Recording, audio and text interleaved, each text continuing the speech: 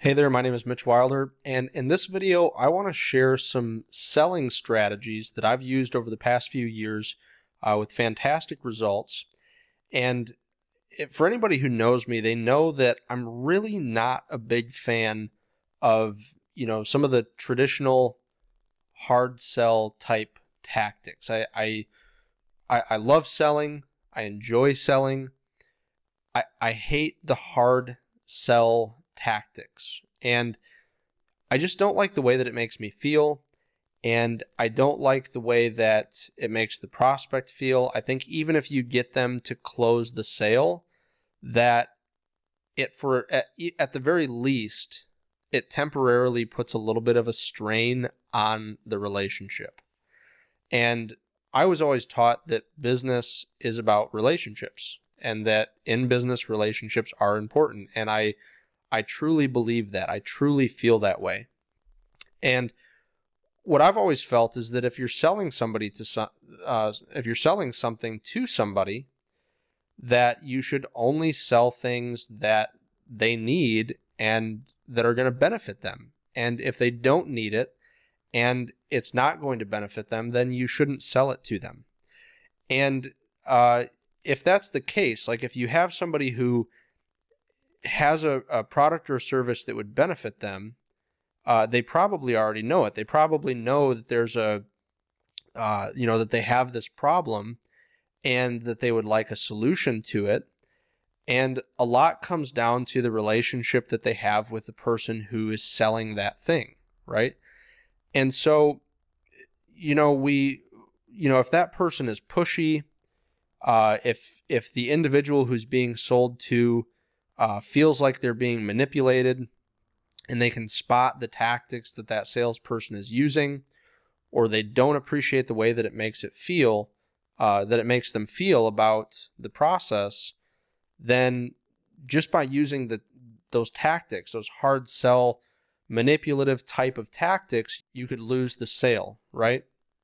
And so because of that, I was always looking for a different option and thinking, why does selling have to be hard? Why does it have to be viewed as manipulative? Why does it have to be viewed as a bad thing? I want to sell, I want to grow my business, but I want to benefit my customers, and I want them to feel good about the product, the service, about me, about my team and my employees, right? So where I looked was in the field of psychology. And my theory was that if I could just kind of figure out what people were looking for and why, how relationships in general worked. If my belief was that business is about relationships, which it was, and I understood how relationships worked, then I would be able to be successful in business and be successful selling. And so in this video, I'm going to share a few laws and tactics of psychological based selling that have been very effective for me. And I'm going to share, one of the fundamental pieces of a successful business relationship and successful selling without high pressure, without manipulation, and just a natural relationship, the way that a relationship is supposed to progress. So let's pull up I've got my tablet here with us. I've got just some of these tactics we're going to talk about. There's 9 of them. So as I'm pulling this up here, first and foremost, how to use these tactics, right? It's an art, not a science. And what that means is that if we're going to use and master these, we have to practice them and use them by repetition. At first, they may not come naturally, right? But we don't want them to become forced. We want them to become natural over time, because using these is really the way that all of us, people in general, are just designed to work. So the point is that, again, these tactics, if they're skillfully implemented, they pretty much work for everybody. You want to use these with good motives. We're not trying to manipulate people. We're trying to work with people the way that we naturally work as humans, to develop a healthy relationship based on psychological principles. Okay. So That is the application and how we want to use this.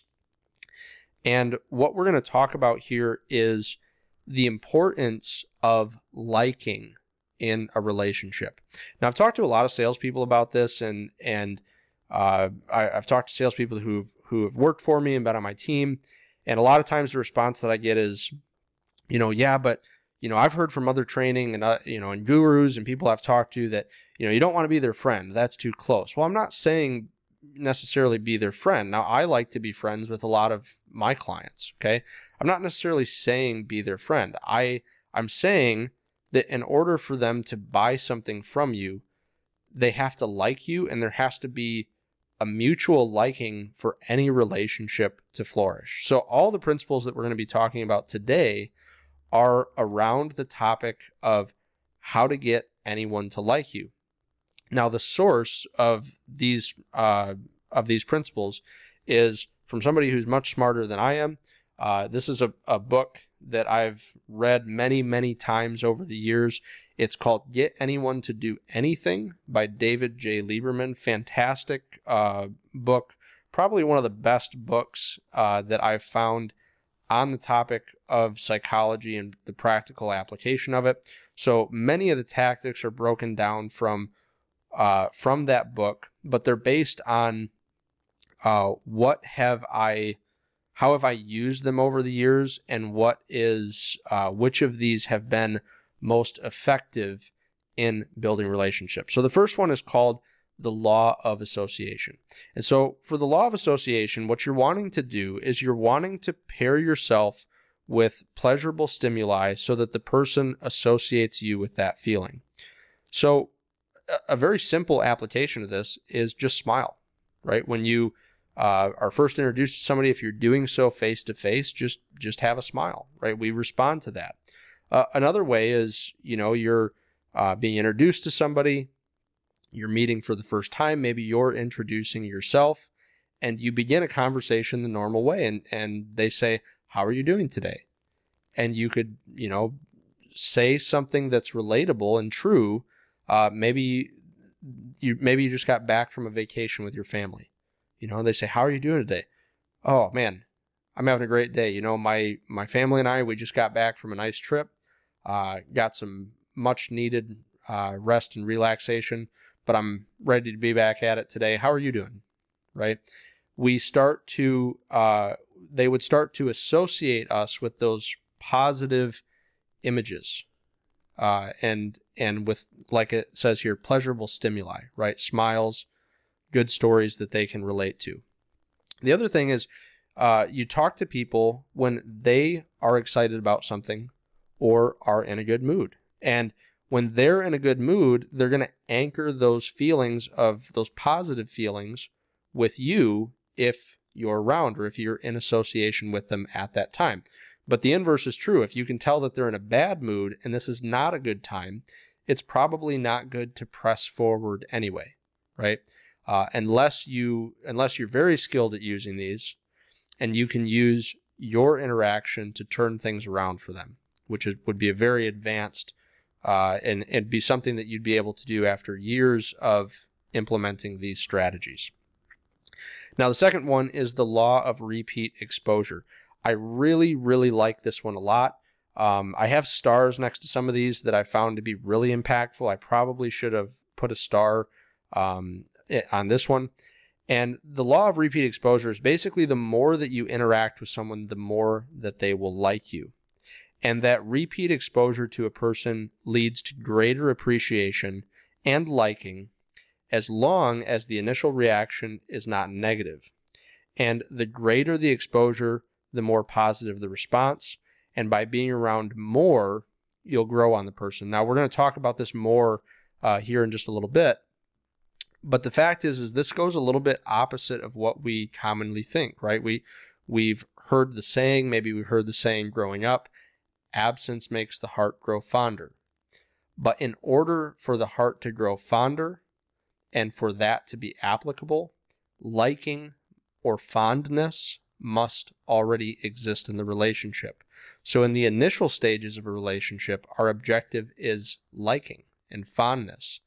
And that comes from repeat exposure. So what are some of the practical applications of this? Well, let's look at advertising for an example. With advertising, we see retargeting ads, remarketing ads, right? We see brands that have become very well known. Think about brands that are very well known that you're very comfortable with. McDonald's, Starbucks, Apple. These are brands that you see messages from multiple times in a day. You've probably seen their brand and their message thousands of times in your life. And again, as long as the initial reaction is not negative to those brands, or the majority of those reactions or experiences are positive, that repeat exposure helps us to feel comfortable and helps us to like those brands more. But how would we apply this in selling? Well, as liking is beginning in the sales process, it's important that we keep in frequent communication. Anybody who's worked with me in a partnership type of relationship, or who's worked with me as we've decided to have a business relationship together, they'll tell you that once we've decided that we're going to move forward, or once we've, this liking is in place and we can both tell it's going to be a good fit, I don't reach out once every week or once every 2 weeks. I start talking to them daily, over text, over email, over the phone, whichever is their preference. And now typically now I only do that when I have business partnership deals. But like if you talk to one of my partners like Kevin Spear, when Kevin and I started working together, and we could tell that it was going to be a good fit, we had talked to each other a few times over a period of 2 or 3 weeks to see if we were going to move forward. But once the relationship progressed to where now we hadn't signed any contracts, we hadn't put any agreements in place, but it was really looking like we were going to move forward. Well, at that point, we started texting with each other every day throughout the day. And our relationship from a business standpoint was stronger as a result of it. But not only was the relationship from a business standpoint stronger as a result of it, it also created now what has become a very good friendship. And that continues to strengthen the business relationship. So initially, repeat exposure, being in front of them as frequently as possible, is important to getting them to like you for the relationship. Now, the third one is the law of reciprocal affection. And that is that we tend to like others that we know like us. And when we as individuals learn that somebody thinks highly of us or likes us, we're driven to find that person more valuable. And I'll never forget, I didn't even know about this at the time. Late teens, early 20s, I had a friend who became a very, very close friend in my life. And, we got along. We were hanging out in the same groups. But he made it known to a few people that he really liked me. And that got, because we had the same circle of friends, that got back to me. And as soon as I knew that he really liked me, I instantly liked him more. And it was really, before I knew that, I thought he was a really cool guy. I really liked hanging out with him. He was a lot of fun. He was funny, kind of the center of attention within the group, right? So I thought he was really cool. But then as soon as I found out from these other people that he liked me and had a fondness for me, I liked him a lot more. And that is the law of reciprocal affection. We simply like others who we know like us. So in a sales environment, how could we leverage this? How could we use the law of reciprocal affection? Well, it's actually really simple. You can say something like, hey, I've really enjoyed talking to you today. I've really enjoyed our conversation. I really liked what you had to say. You're not indicating directly that you like that person, but you're indicating that you like their personality. You could also just be more direct and say, this is one I find myself saying pretty frequently. I really like you a lot. I hope we can do some business together. It's as simple as that. It doesn't have to be complicated. It just has to be natural and it has to be true. Okay, that's the key. Really important one. The next one is the law of similarity. So we like people who are similar to us. We like people who have similar interests. You know, it's, you know, the like attracts like type of mentality. I find that to be very true. You want to have discussions about things that you both like, what you have in common. And a facet of this that can be very powerful is that people who go through life-changing situations or difficulties, if they go through them together, they have an extremely strong bond with one another. I think it's commonly referred to as comrades in arms, because it's from men who, you know, men and women who did battle together in the military, that difficult situation bonded them. But it also can be individuals who maybe never served together, right? And it's not as strong as those who did, but they still understand one another because they've had similar experiences. Maybe an individual that you're selling to or having a conversation with has also been through a divorce or has also been through a difficult financial time. When we open up and we share, you know, some of our experiences and we find the commonalities, that can be very powerful for building a strong relationship with one another and building trust. Again, it needs to be true. It has to be something you really experience, because especially with this, if it's not, they're going to know about it. But we do like people who are similar to us, people who have similar interests, enjoy similar things, and have things that we can talk about. Now, for me, as an example, this becomes really easy because I like to talk about business. I enjoy business. I enjoy topics like selling, business development, marketing, advertising. And so because of that, the people that I'm talking to, typically like business owners, they also like those things, and we can connect and relate on growing their business, right? So those similar interests, you know, really it's not a tactic. It's not something that you need to say. It's just more in the getting to know you phase, finding the things that you have in common. This is a good one, how you make people feel. So how people feel about you has a lot to do with how you make people feel about yourself. So we want to be the type of person who makes people feel good about themselves, right? And that's one of the reasons I'm not a big fan of the hard selling type tactics, right? A lot of times those can be geared around breaking down an individual instead of building them up. And, you know, about trying to position yourself over somebody else, instead of, you know, even if you are, you know, in one sense or another, better than somebody else at something, then it's more about like hard selling is like, you know, if you want to get to my level, then you should be doing this. Or if you want to get to the next level, you should be doing this. Instead of, you know, how you make people feel, like it's more like, hey, if I can do this, anybody can do this. And I know you can do it. Let me help you. Let me show you the path that I went on, right? And let me help you to figure out how this works, right? Much better to me. I would much rather build people up, and in any relationship, selling, business, anything, my objective is always for somebody to walk away from that feeling good about themselves. And that's not a tactic. That's just who I am. I think knowing this has helped me to focus on it a little bit more over the years, but it's important to make people feel good about themselves. It's going to go a long way toward building a relationship. The other one is the law of rapport. So we're unconsciously driven to like someone when they appear as we do.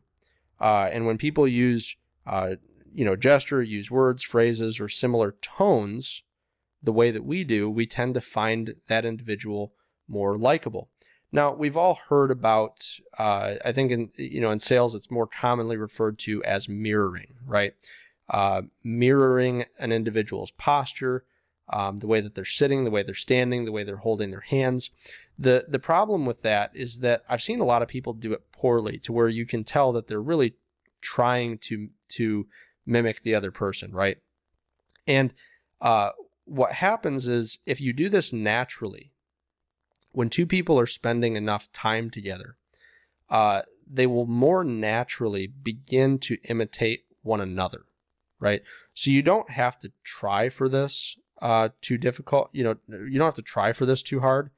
A lot of this will happen naturally. You can do things very subtly, but again, this is one of those ones where if you're using those mirroring tactics and using this law of rapport, we don't want to be obvious. You don't want to be overly obvious. And like I said in the beginning here, they should not be forced. They should come naturally over time. And that only comes with practice. And so you may end up doing this where initially you do it poorly. It's obvious, right? They can tell. But over time you get better and better at it. I've seen it a lot, where a lot of newer salesmen or salesmen who are trying to use this tactic kind of overdo it and make it very obvious, and then it doesn't work. But what I find works better is, if possible, it's more efficient if you match the speed and tone that the individual is talking, which is easier to mirror, easier to, in my opinion, easier to use this when you're matching more of those patterns, right? If somebody's, talks a little bit louder, you might talk a little bit louder. If somebody's very animated, you may be very animated, right? If somebody has a certain tone, I remember I talked to this guy one time, and he just had a way of asking questions that I just really liked. I really liked the way he asked questions, and it was the tone. Something about the tone made me feel good. So law of rapport, very powerful. One of those ones to be careful with, not overdo it. We've got 3 more here. So this next one is one of my favorites, opposite cognitive dissonance theory. And this is that we like someone more after doing something nice for them. And if you get someone to do you a small favor, that it can generate warm feelings for you. So the objective is to get someone to have warm feelings toward you, and not, this is a key, not to believe that you're just a kind person. And this is accomplished by them doing something for you, not you doing something for them. So this goes very much in line with the law of repeat exposure, right? We think absence makes the heart grow fonder, stay away. There's a lot of similarities between the repeat exposure and the opposite cognitive dissonance, where it's not quite what we think. And by that, I mean, a lot of times we tend to think that somebody might like us more if we do something for them, right? If we pick up the check, if we go out to eat, if, we bring them a gift, if anything like that. But the fact is when somebody does something for you, it makes them like you more. We might think, well, why is that the case? Well, all people internally have a tendency to believe that, hey, I'm a good person. I think I'm a good person. And if you do something for an individual, you think, I'm a good person and I did a good thing for this person. I would not have done that if I didn't like them, or if they were not also a good person, right? And so it can be something like, if you typically pick up the check, letting them pick up the check once in a while, because that's what friends do, right? When you like somebody, you may get the check one time at dinner, they may get the check the next, right? Again, this is not a manipulation. This is just how people and relationships and friendships work, right? So this is a prime example of that. If you want somebody to like you, get them to do just a small favor, picking up the check, for example. I know that when I go out to eat with friends and family, I sure do like them a lot more when I pick up the check. So that's just one example. Being human, do something a little bit embarrassing and smile at yourself. and make fun of yourself, some form of self-deprecation. It doesn't have to be extreme. Extreme is too much, okay? But a little bit of self-deprecating humor, showing that you're human, pointing out a mistake, can benefit the relationship now and also down the road. It shows people you don't take yourself too seriously. Showing that you can laugh at yourself and your mistakes makes you more approachable, more likable. And acknowledging those faults ultimately shows that we're a confident individual, okay? And so just be yourself. Just be human. If you make a mistake, laugh it off. Have fun with it. Make fun of yourself a little bit, It shows you're not taking yourself too seriously. Confident people don't take themselves too seriously.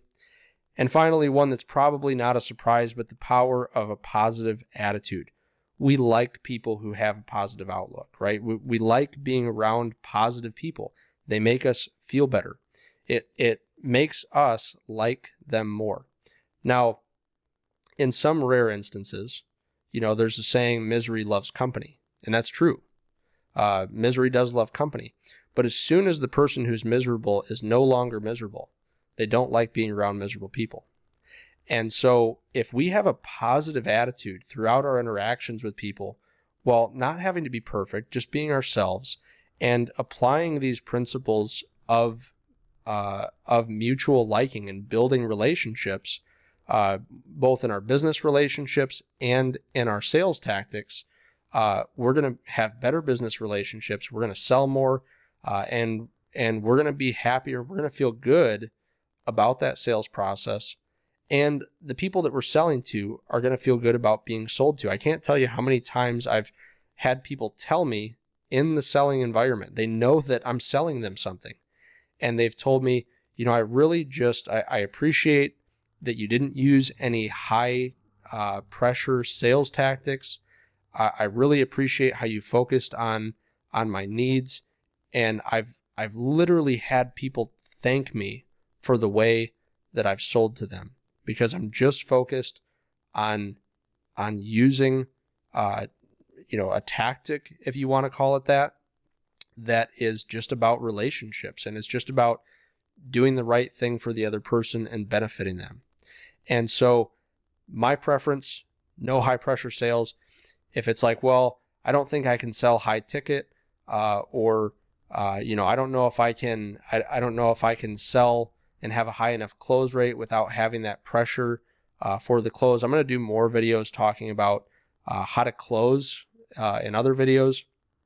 But if you're concerned about that, what I can assure you is that I have frequently and do frequently sell 6- and 7-figure things with these tactics, and I don't have to be high pressure, and I'm able to do so consistently. So if you liked this video, you like some of the recommendations and the tips that I've shared here about selling, if you want to talk about other things in business like sales, marketing, creating a competitive advantage, anything, subscribe to this channel, check out more of my videos, and I'd love to hear your thoughts in the comments below. There we go, making fun of myself because I said comments, couldn't say it right. But go ahead, click the button below to subscribe, and I look forward to seeing you in other videos. Talk to you soon.